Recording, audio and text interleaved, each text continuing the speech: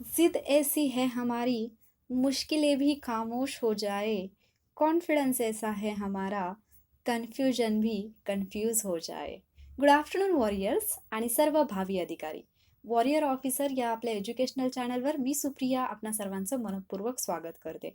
बऱ्याच वॉरियर्सकडून एक प्रश्न विचारला जात आहे की एक्झामची डेट डिक्लेअर होईपर्यंत किंवा एक्झाम डेट येईपर्यंत एक्झॅक्टली काय करायला पाहिजे, कसा अभ्यास करायला पाहिजे आहे, हे नियोजन आम्ही फॉलो करायचं आहे की त्याच्यामध्ये काही चेंजेस करायचे आहेत.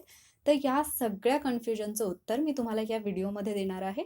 त्यामुळे हा व्हिडिओ शेवटपर्यंत पहा, कारण जरी तुम्ही राज्यसेवेची तयारी करत असाल किंवा कंबाईनची करत असाल तर तुमच्यासाठी हा व्हिडिओ खूप युजफुल ठरणार आहे. सगळ्यात पहिला प्रश्न हा की अभ्यास पूर्व परीक्षेचा करायचा की मुख्य परीक्षेचा.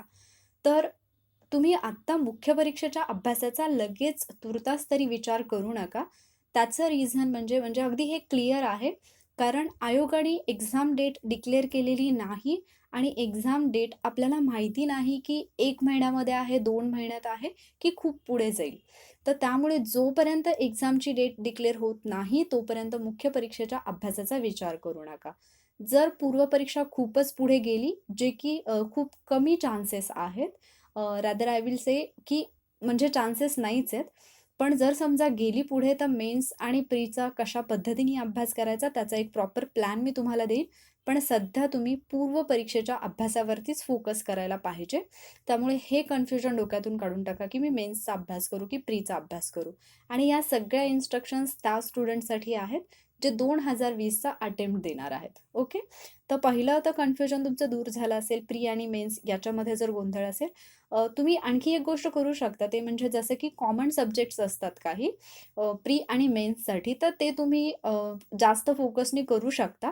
पण मला असं वाटतं की प्रीचा अभ्यास तुम्ही व्यवस्थित फुल फोकसनी करायला पाहिजे सध्या तरी, जोपर्यंत डेट येत नाही तोपर्यंत. ठीक आहे? आणि डेटला जास्त दिवस लागणार नाहीत. असं नाही होणार की अगदी 1 महिना डेट आलीच नाही, असं होणार नाही. त्यामुळे सध्या तुम्ही तुमचं जे रुटीन आहे ते व्यवस्थित चालू ठेवा. दुसरी एक गोष्ट, बऱ्याचदा बऱ्याच स्टुडंट्सचं असं झालं असेल, की एक्झाम डेट जवळ आलेली आहे किंवा एक्झाम आलेली आहे आणि आता आपला अभ्यास राहिलाय म्हणून काही विद्यार्थ्यांनी काही विषय असतील किंवा काही टॉपिक असतील पर्टिक्युलर, तर ते सोडून दिलेले असतील. म्हणजे आता हे मला वाचायचं नाही कारण याच्यासाठी मला वेळ मिळालेला नव्हता.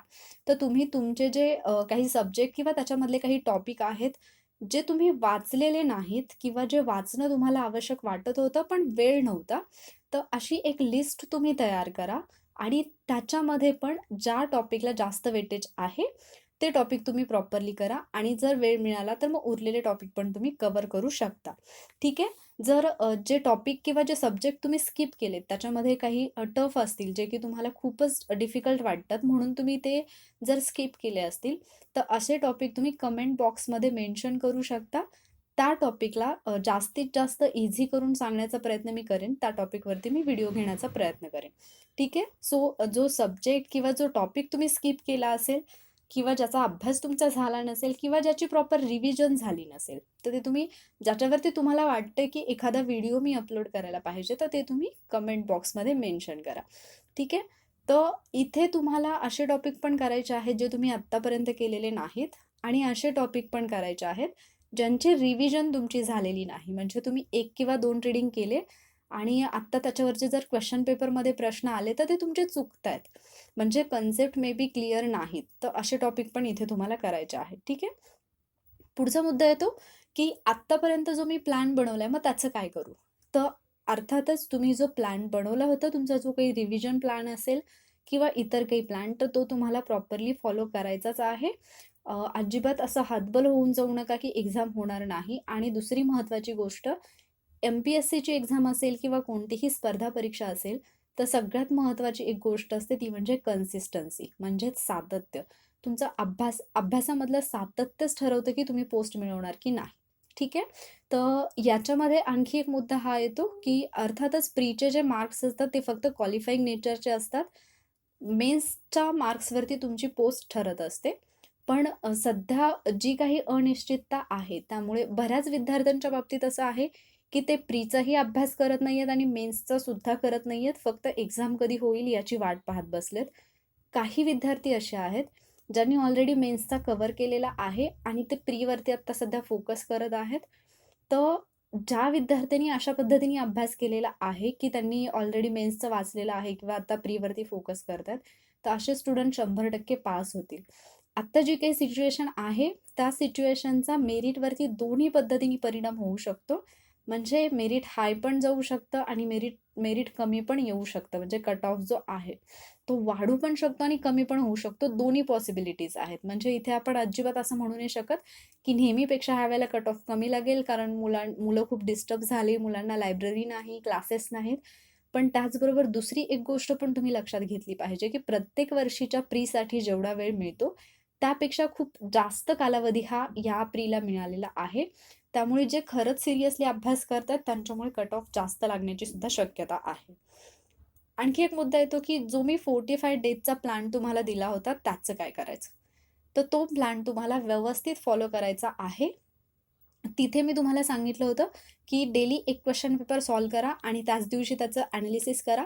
फार तर तिथे तुम्ही थोडासा एक चेंज करू शकता. तो म्हणजे एक क्वेश्चन पेपर जर तुम्ही आज सॉल्व्ह केला, तर आज आणि उद्या असं 2 दिवसामध्ये तुम्ही त्याचं एक्सप्लेनेशन जे आहे किंवा ॲनालिसिस जे आहे ते कंप्लीट करू शकता.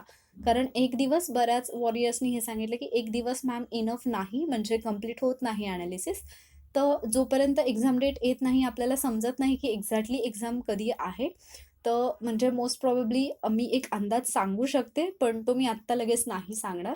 अ, म्हणजे मला तरी काही डेट्स वाटतात, की त्या डेटलाच होईल एक्झाम, पण लगेच सांगण्याची घाई मी करणार नाही, कारण बाकी सिच्युएशनचा पण अभ्यास करणं आवश्यक आहे. त्यामुळे उगीचच काहीतरी अफवा पसरवण्यात पण अर्थ नाही. त्यामुळे मी सांगत नाही, पण एवढं मी तुम्हाला नक्की सांगते, की जो 45 डेजसाठीचा मी प्लॅन तुम्हाला सांगितला होता, तो तुम्हाला प्रॉपरली फॉलो करायचा आहे. मे बी इथे डेज थोडे जास्त असतील, पण क्वेश्चन पेपर्स जे आहेत, ते आपलं टार्गेट काय होतं हे जास्त इम्पॉर्टंट आहे.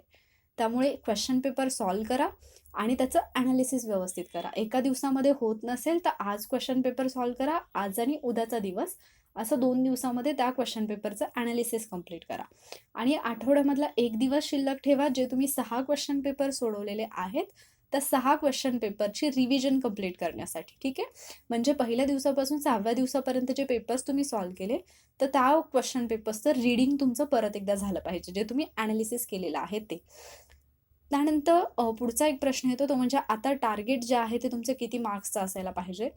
तर जे सुरुवातीला तुम्ही टार्गेट ठेवलेलं होतं, त्या टार्गेटपेक्षा कमीत कमी, कमीत कमी म्हणते मी, कमीत कमी 5 मार्क्स तरी जास्त मिळवण्याचं टार्गेट तुमचं असलं पाहिजे.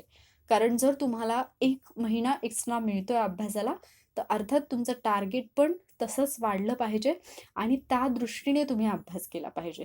जर तुम्ही या भ्रमामध्ये असाल, की एवढा मोठा गॅप आहे आणि एवढी गोंधळाची परिस्थिती आहे, काहीच कन्फर्म नाहीये, सगळं अनसर्टन आहे आणि त्याच्यामुळे विद्यार्थ्यांचा अभ्यास नाही आणि त्याच्यामध्ये मग याच्यातून बरोबर मी तरुण निघेल, तर हा तुमचा गोड गैरसमज आहे. याच्यातून बाहेर या.